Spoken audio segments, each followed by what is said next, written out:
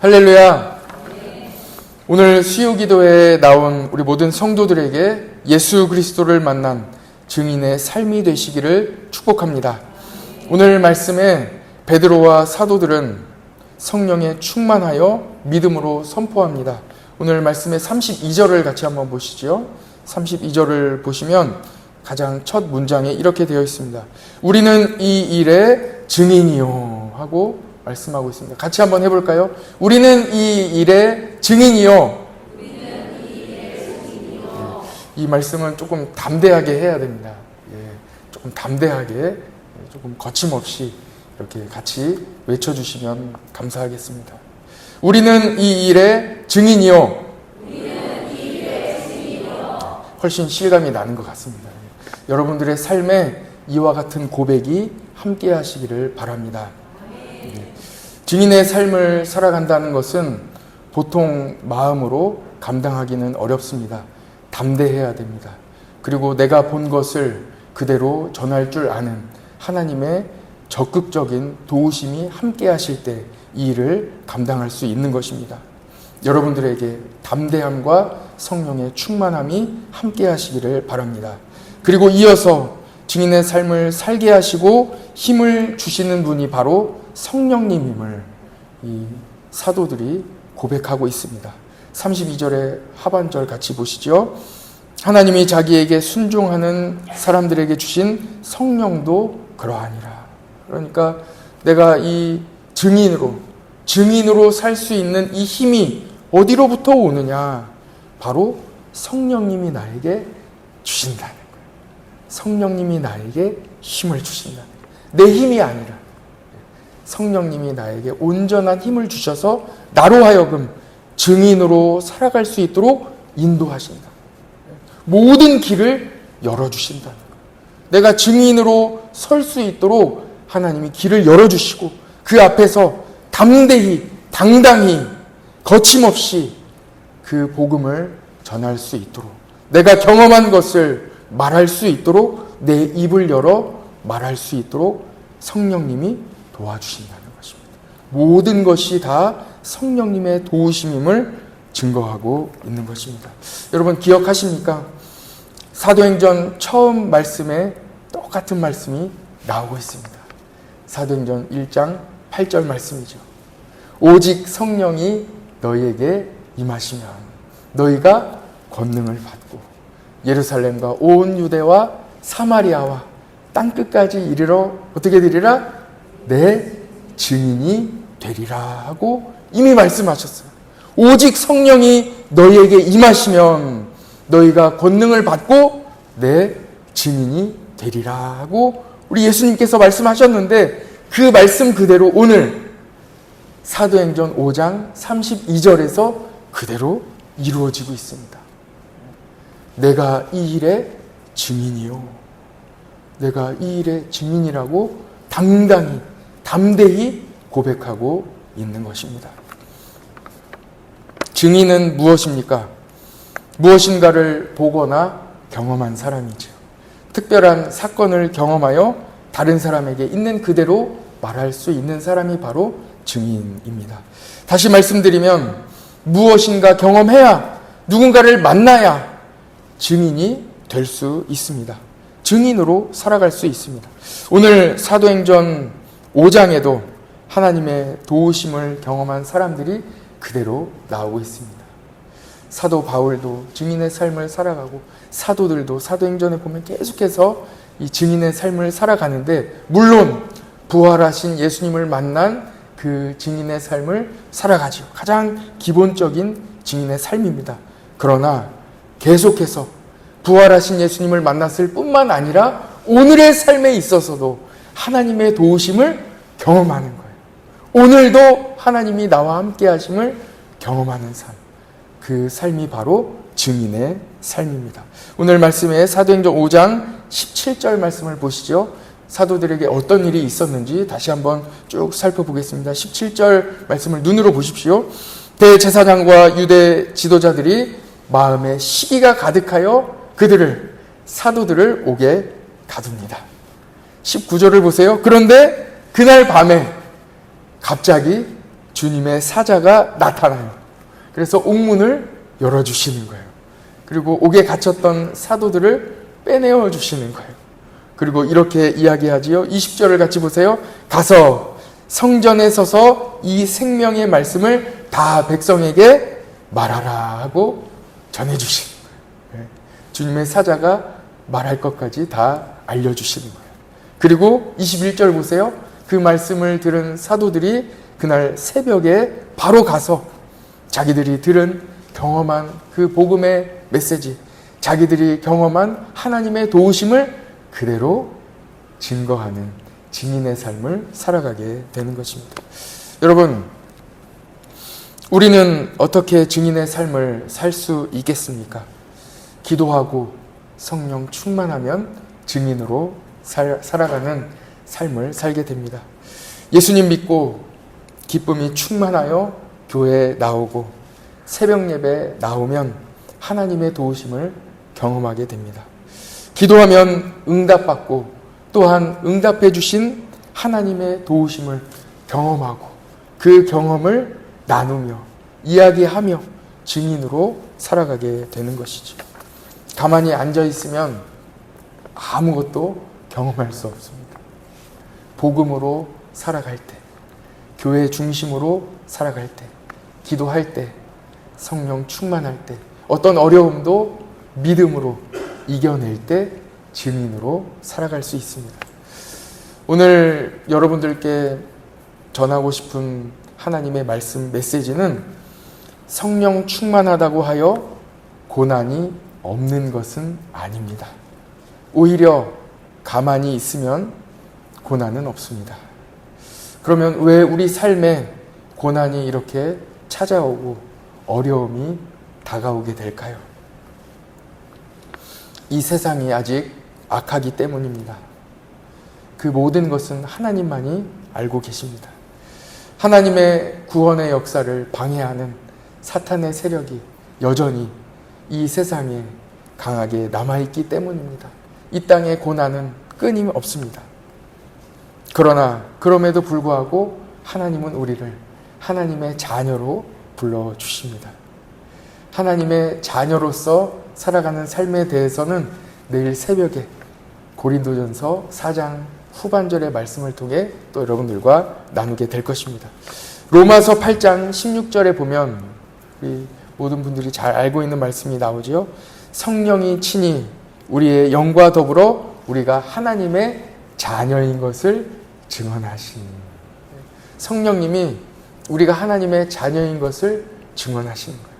오늘 이 사도행전 5장에서는 성령님이 우리를 도와주시고 우리로 하여금 증인으로 살아갈 수 있도록 도와주시지요.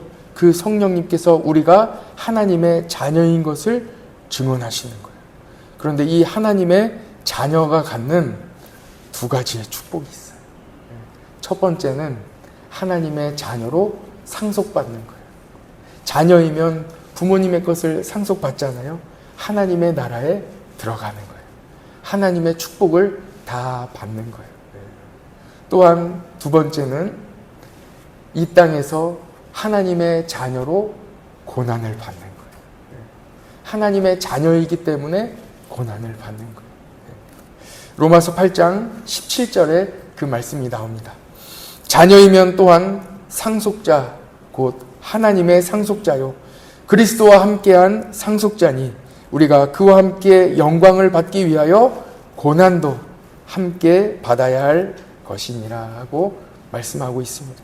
우리는 하나님의 자녀로 살아가며 하나님이 주시는 영원한 축복을 받습니다. 영원한 복을 그대로 상속받습니다.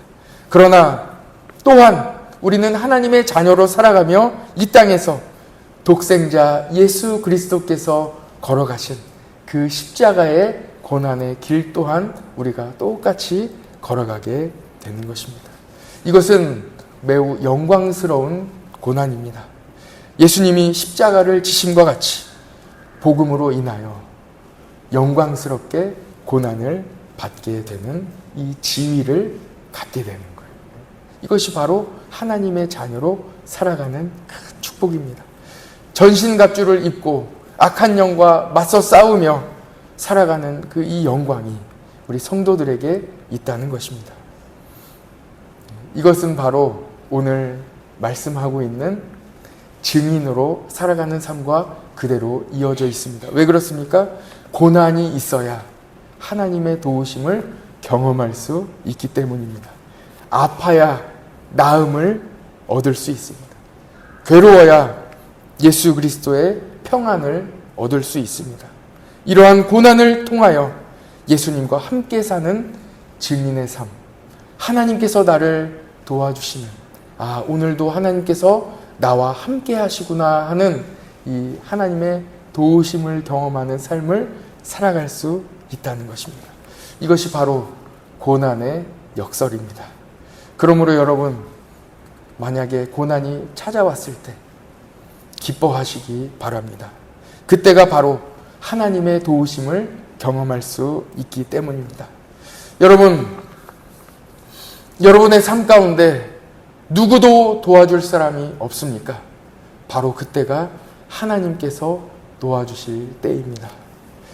여러분들 혹시 불가능하다는 이야기를 들으셨습니까? 여러분들의 삶에 어렵다는 이야기를 들으셨습니까? 그때가 바로 하나님께서 길을 열어주시고 도와주실 때입니다. 앞길이 막막하십니까? 예수님께서 기어이 여러분들의 길을 열어주시는 도우심을 경험하게 될 것입니다. 우리의 삶에 길이 하나도 보이지 않을 때 그때가 와야 된다는 것입니다. 나의 앞에 길이 안 보일 때 그때서야 바로 예수님이 길이심을 볼 수 있다는 것입니다. 바로 그때 예수님이 길이 되어주시는 것입니다. 내가 길이 다 보여서 그 길로 가면 예수님이 길이심을 어떻게 알 수 있겠습니까?